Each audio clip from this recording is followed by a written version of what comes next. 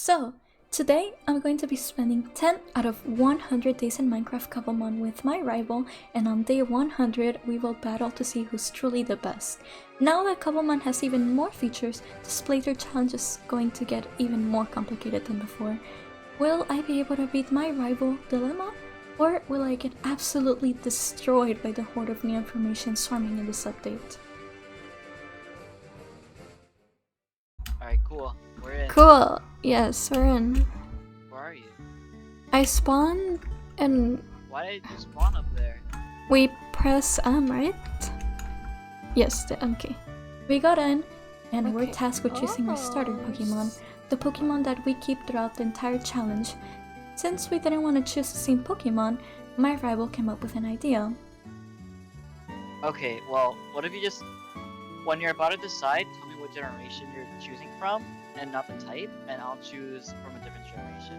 So, I chose Sprigatito, and I don't know what my strategy going into this is, but I'm taking this very Dilemma seriously. chose.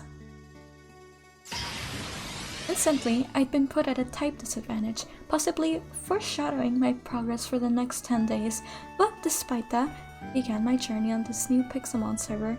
But before that... So, every 10 days we battle, and our level cap keeps upgrading by 10 levels. Is that So it? like, day 10, our level cap is 20. Yes. So, Then day 20, our level cap is 30. yes. Is that it? Yeah. Well, no trading, obviously. No trading with other players. As we talked about the rules, we started walking to the server's battleground. Here, we would have our first battle of the challenge, which could indicate how the rest of the challenge goes. Well, you don't have a type move yet, no? About that. No! I don't think you're gonna win this. No, guys, trust. Oh. Yep, as expected, I was beat in 2 turns. Shortly after, we decided to go explore the world and start catching Pokemon. Eventually, we found a nice place that Dilemma had found, which was a mix of a savanna, jungle, and beach area. It was looking great until... Yeah, Oh, also... what the heck? This Azuro is huge. Wait, can you see like the actual sprite, or is it like a substitute for you? No, it's a sprite. Oh, what? For some reason, some Pokemon weren't loading for me, while Dilemma still had all of their Pokemon showing. So we asked around and ended up having to join the Discord server. At least I had to. Meanwhile...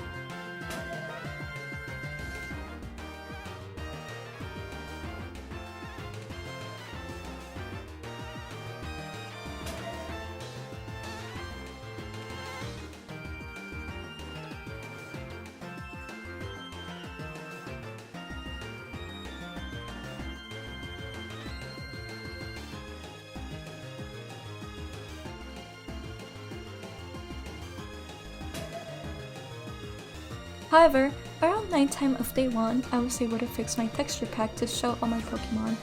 So I caught a level 14 Patrat, and oh, the memories.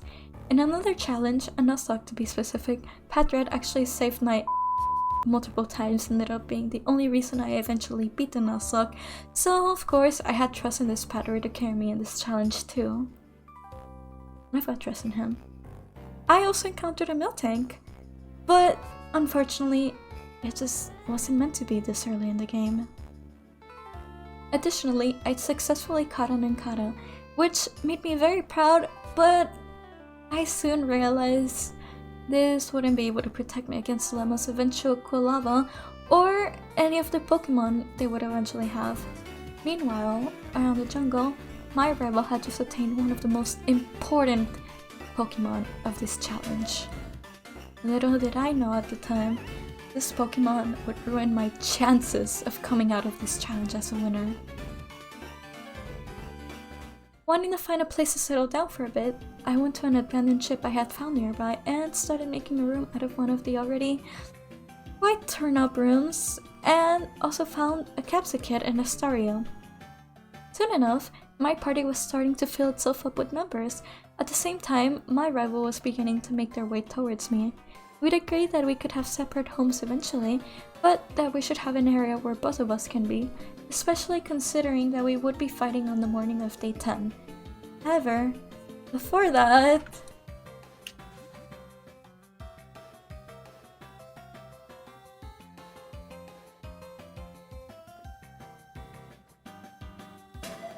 Even more than that...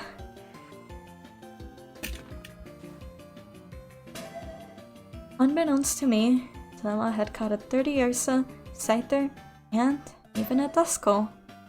And even more than that, it actually encountered a Bagon. The thing is, my rival had gone on a Pokemon catching rampage these past 2 days, so Dilemma even caught a Ponyard in a mine before finally making their way to the ship, having already gotten half the materials they needed to make a healing machine. And nighttime came, and both of me and my rival made our rooms in the ship just a bit cozier. Before long, it was. Day 3 had started, meaning there was only 7 more days until the battle of day 10. First, me and my rival decided we wouldn't look through each other's things, holding a stable truce between the two of us. I was still a little laid back, but I was starting to worry about materials, mainly for the purposes of a healing machine and PC. And it wasn't just me. I hadn't known it at the time, but Dilemma just needed a few iron ingots in order to make a healing machine, which is incredibly important to this challenge in the early days since it can heal your entire party.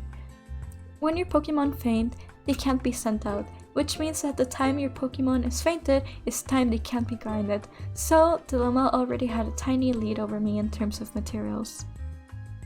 Knowing they had this advantage, my rival had actually started to work on a sacred mine inside their own room. This mine would be able to help them get the last few iron ingots they needed in order to make a healing machine and have a definitive head start over me. So, the afternoon of day 3, Dilemma entered the mines and wouldn't come out until the very next day.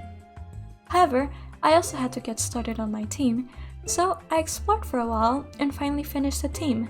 It wasn't close to perfect, or really even strong, but it was a team of 6 and I was happy.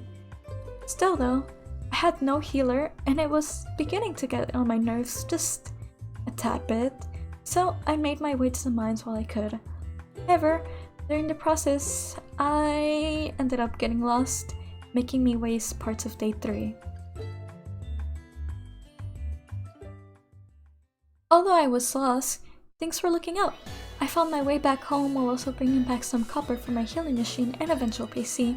Still, I was on a long journey for iron, one that would absolutely drain me through the days to come. Meanwhile, my rival had finally come out of the mines. They had mined through the entire night, and in their secret mine shaft were now able to make a healer, PC, and move their party around. Additionally, with the extra iron they had, they made wise glasses, an item that boosts special attack by 10% and gave them to their starter Cynical. After being able to access a PC, they took out their Lilligant, which they had caught at the end of day 1. After reorganizing moves, my rival came upon Lilligant, only to see that it already had its full moveset available to it. Synthesis, Energy Ball, Giga Drain, Sunny Day, and Leaf Storm. All of these moves were already available to it at such a low level. Without me knowing, my rival had just surmounted a huge lead over me, while I was still working on getting a healer and a PC. On my way back home, exhausted and hopeless, I encountered a beacon of light upon my path. A level 20 Milotic.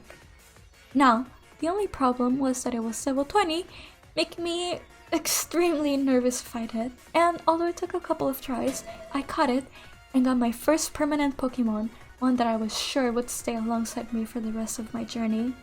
Although I was excited, the same problem persisted. No healer yet. Alongside this, an arising problem became clear to me. I needed a PC, as without one, I wouldn't be able to take out my Lodic from boxes. Meanwhile, without much thought, I pointed out a Pokemon that I believed was doing something funny. But I didn't realize that my rival was actually intending to catch this big fish.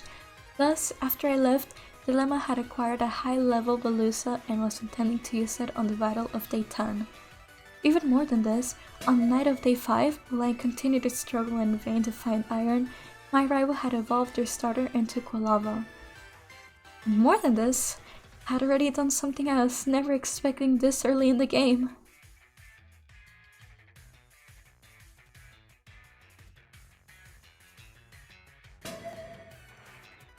I was a little upset. At least until I found out it was actually a Donphan. However, the gap between the two of us was quickly starting to widen, as the lack of iron prevented me from accessing the Pokemon I would need to level up if I wanted to win on the battle of day 10. If I wanted to win, I had to start grinding.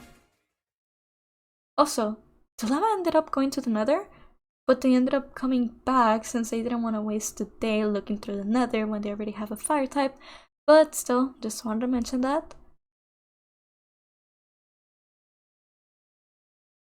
This was the beginning of my descent into insanity.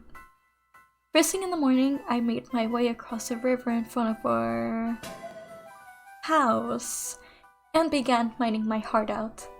During this, Dilemma also had to leave, which made me only fall harder into instability.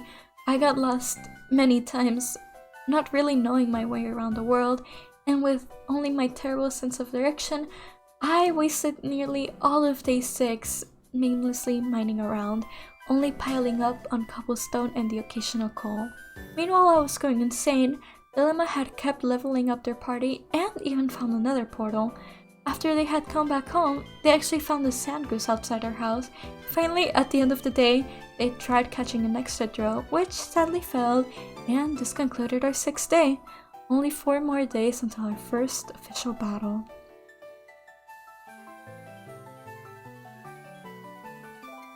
Finally, on what I could only assume was the morning of day 7, I stumbled across the most magnificent sight a miner could witness. Iron! I was overjoyed, thrilled, and even better, there were so many spots full of iron for just me to mine. After my gold rush was over, I decided to try to make my way out of the cave. Somehow. Soon, I had actually found a lush cave, which made me realize how deep into the ground I had gone. This did make me a little worried, but fortunately, I had the absolutely genius idea to build up with the 10 stacks of cobblestone I had piled up. As I'm mining straight up, praying that maybe God would be merciful upon me and not shower me with piping hot lava, I'm jump scared by water. But this was actually a sort of beacon of hope. I was getting close to the surface until my eyes, now accustomed to the deep darkness of the cave, they were blinded by the loveliest purple they had laid their sight upon. A geode. Even if it wasn't exactly what I needed, I was so excited I got to bring back souvenirs home. That is, if I made it out alive. And fortunately, I did. After some more mining straight up, I came across another stream of water, which led me to the outside world, sunlight blinding my now faint eyes. There was only one problem left: coordinates. And if you've ever played Minecraft, you know that coordinates are confusing at first. And while it wasn't my first, or second, or even third time I opened coordinates, I was still incredibly confused. But, worry not, as my march carried me through the way home and I safely made it back to my cozy room, finally making a PC and healer. On the other hand, my rival was grinding out the levels for their Pokemon. They even got their brand new Quilava to level 20. Our level cap. Plus, they now had a Luxio. I hadn't known it, but Dilemma was now ahead of me in levels, Pokemon, and even items. My rival had started to mine more iron in order to make more wise glasses, which again would boost our Pokemon special attack. With this 10% boost, Dilemma's Ligand would tear right through my team.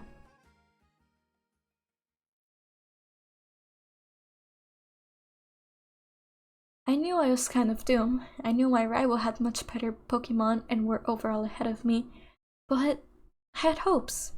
Maybe, if I grinded out enough, I could just make it by and beat them. So, I got to the grind. I luckily had found a Miltank and a gorgeous Milotic, both pretty high level, so it couldn't possibly be that hard, right? Well, the real problem here was my Sprigatito. At this point, my rival had 3 level 20s throughout, and nearly everyone on their team was at the level cap too. Furthermore, Dilemma had finished crafting a Soul Scarf, an item that would boost their Teddiursa's normal type moves by 10%. Plus, Dilemma was still capturing even more Pokemon somehow, which would also put me at a disadvantage the following 10 days. Realizing the approaching day 10, we both felt uneasy and started working much more frantically. If either of us decided to slack off the last few days, it could end up being a game changer. While I was still grinding, I realized how slim my chances of winning were. I was starting to get nervous, really nervous. I clung to my most desperate of hopes that maybe I had the chance to brute force my way to the battle, and this was what kept me going for the rest of the day. Eventually getting Sprigatito to level 14, Miltank and Milotic to level 20, Patra level 17, and the rest to level 19. While I was grinding my brains out, however, my rival had spent most of the day searching for iron in order to finish making more wise glasses. And ended up catching a Noibat, Togepi, and a Sneasel on the way. They'd even managed to encounter an Ursaluna and get their hands on a Sun and Leaf Stone. Then, as the night sky began to fade, my rival had found a cave full of iron, which meant they'd be able to make more than enough wise glasses for their team. Just before day 10, my rival now had 2 more wise glasses on their team, new Pokemon in their box, and a full party of level 20 Pokemon. Meanwhile, I still hadn't involved my starter, or my Patrat. Plus, I was blissfully unaware that I could change moves, and as the night sky befell the two of us, we went home and awaited our first official battle.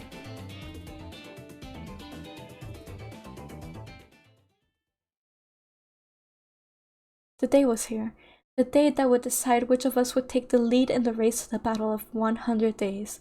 We completed our final reparations and got straight to battling. The pressure was on. I had wanted to do some last minute grinding, but time unfortunately wouldn't allow it. As we found a place to battle, we both took our positions and sent out our Pokemon. This is turn 1, I guess. Okay. Battle begins. Day 10. Day 10! The battle begins. It's been 3 hours and oh my god. One of my Pokemon's the tiniest bit injured, but that's okay. Okay. Quiver Dance. That's right, it's nice Quiver Dance. Quiver Dance! Hey, that's not very funny of you. Oh, the Quiver Dance sweep is starting already. Oh And god. like it's gone. Oh no, not black, Not Grimer. Oh my god! Okay, I went for Leaf Storm, so it's like 130 base power, but it loses. Why is Leaf Storm so powerful? But the thing is, it's minus 2 special attack after 1 use. Why is Leaf Storm so powerful? Oh my god. Really good. It's my secret weapon. Okay, that's fine. I would call you a really mean word What about now. Bro, pull out the Milotic. Oh yeah. Easy. Milotic weak to grass. Well yeah. Okay. But why is Leaf Storm so powerful? Bide. Ma. Okay, sure. You can do that.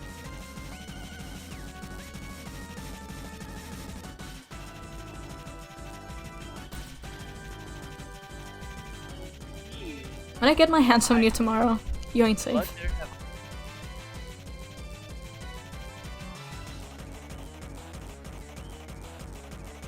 Lilligan had torn my team to shreds. I wasn't even able to KO a single one of the Llama's Pokemon. All the time I had lost or wasted was finally catching up to me, and all of my rival's hard work was just now starting to show.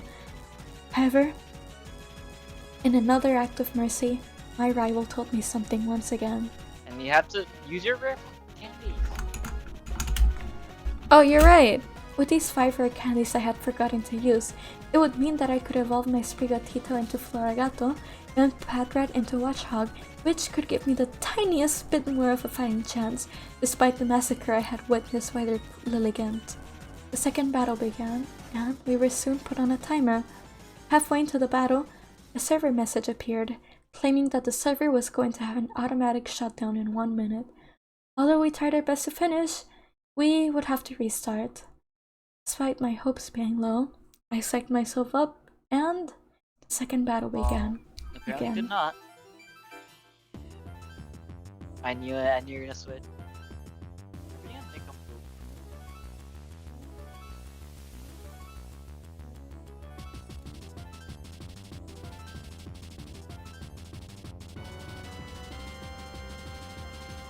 It's okay, Velusa's got it!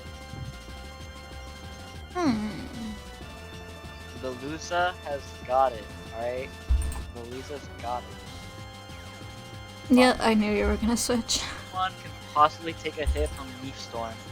Literally nothing. Exactly. Dude. Alright, just for that, Watchhog gets it. Later, Watchhog. Well, we can stop stalling the inevitable. I'll quiver dance. Bro!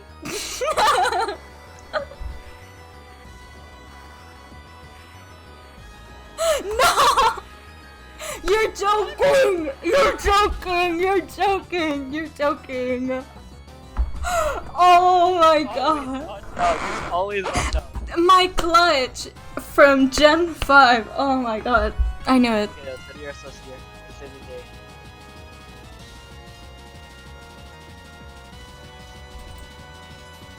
He did not go get him, unfortunately. Fine, I'll do it the next 10 days. No! Oh, okay.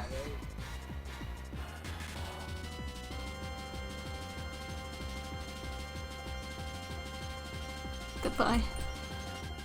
That means... Oh wait, I'm not done yet. Bum. I want to end this how it started.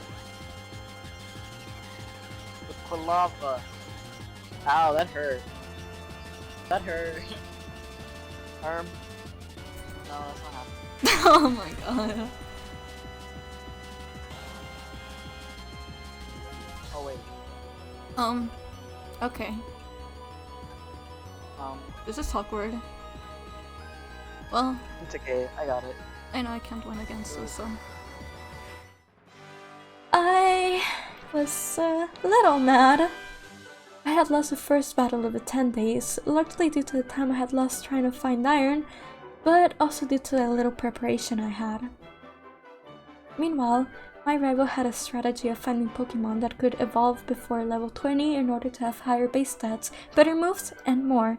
Additionally, they had definitely made use of the item crafting much more than me, since my Pokemon had no items equipped, while 5 of 6 of theirs had items. My anger was settled by now. Well, not quite fully, but now I had a clear goal in mind and a plan to go alongside it. Even though I lost the first battle, I was determined, out of spite, to be the winner of the next, until I would win the battle of 100 days. The next 10 days, I'd have to try a lot harder, but I was more aware now and had even more reason to crush my rival on the battle of day 20th. Until then, thanks for watching!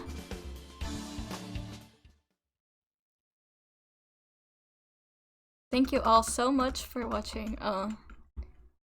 Fuck. Is that what I say? Yeah. Thank you all so much for watching.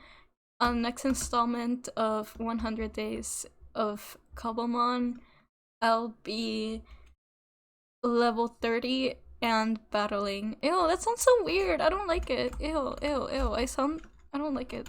Can you do the outro, please? Please, please, please, please, please, please. Please! I can't do this. Alright, we end the recording there.